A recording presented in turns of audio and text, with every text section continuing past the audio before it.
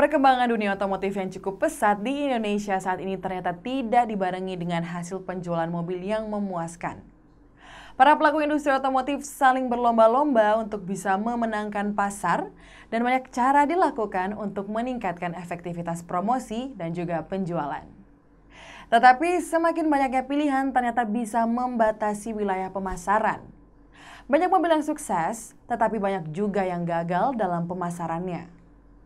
Berikut ini kami rangkum 5 mobil yang mengalami kegagalan pemasaran di Indonesia. Bersama saya Ula Bone, inilah Otostop selengkapnya.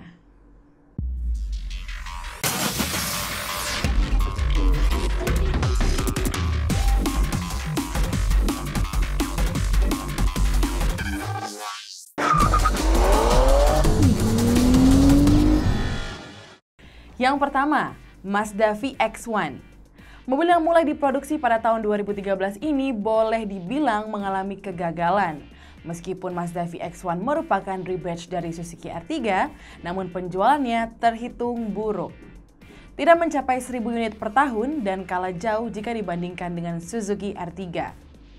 Kurangnya promosi dan harganya yang lebih mahal dari Suzuki R3 disinyalir menjadi salah satu faktor yang mempengaruhi kegagalan penjualan. Meskipun begitu, Mazda tidak menyerah dan tetap meluncurkan VX1 facelift di awal tahun 2016 ini. Kedua, Toyota NAV1. Toyota NAV1 juga menjadi salah satu mobil yang mengalami kegagalan penjualan di Indonesia. Mobil ini mempunyai segmen pasar kelas yang nanggung. Tidak untuk kelas menengah ke bawah, tetapi juga kalah kelas jika dibandingkan Alphard. Sepertinya hal inilah penyebab utama kegagalan penjualan NAV1 di Indonesia.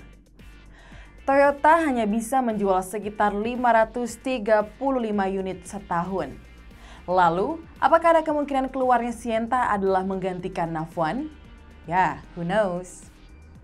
Ketiga, semua model Infiniti. Merek mobil kelas premium milik Nissan ini mengalami nasib yang menyedihkan di Indonesia. Selama tahun 2014 kemarin saja, penjualan Infiniti hanya menembus angka 8 unit untuk semua tipe. Sangat berbeda dengan rekan sekelasnya seperti Lexus yang berhasil menjual 627 unit kendaraannya di tahun yang sama. Sebab utama dari kegagalan penjualan ini adalah karena kurangnya promosi, sehingga brand awareness dan brand image Infiniti di Indonesia tidak terbangun dengan baik. Yang keempat, Peugeot 107. Mobil ini sebenarnya adalah mobil murah di Eropa, tetapi ketika dibawa ke Indonesia, harganya tentu saja akan kena tambahan pajak, biaya impor, dan lain-lain.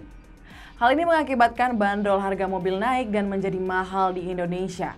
Apalagi jika dibandingkan dengan spesifikasinya yang biasa saja. Rasanya sulit bagi Peugeot Indonesia untuk mengulangi masa kejayaan Peugeot 206. Karena selama tahun 2014 saja, Peugeot 107 hanya berhasil terjual sebanyak 3 unit. Mengenaskan. Dan yang terakhir, Nissan Murano. Sebenarnya mobil ini cukup ganteng loh. Ya, paling gak good looking lah ya. Tapi apa daya, lagi-lagi masalah promosi yang menyebabkan kegagalan penjualan. Strategi penjualan yang dirasa tidak jelas juga menjadi salah satu pendukung kegagalan. Padahal jika diolah dengan baik, mungkin Nissan Murano ini bisa masuk di segmen pasar Toyota Harrier atau Lexus RX. Nissan akhirnya memutuskan untuk mendiskontinukan mobil ini pada tahun 2014 karena pada tahun 2013 di Indonesia hanya berhasil terjual 4 unit saja dan di tahun 2014 tidak ada unit yang terjual sama sekali. Sedih. Itulah 5 mobil yang mengalami kegagalan penjualan di Indonesia. Kunjungi website kami di www.ototainment.com. Follow juga sosial media di @ototainment. Please like and subscribe channel YouTube kami. Saya Ula Bone. See you next Otostop.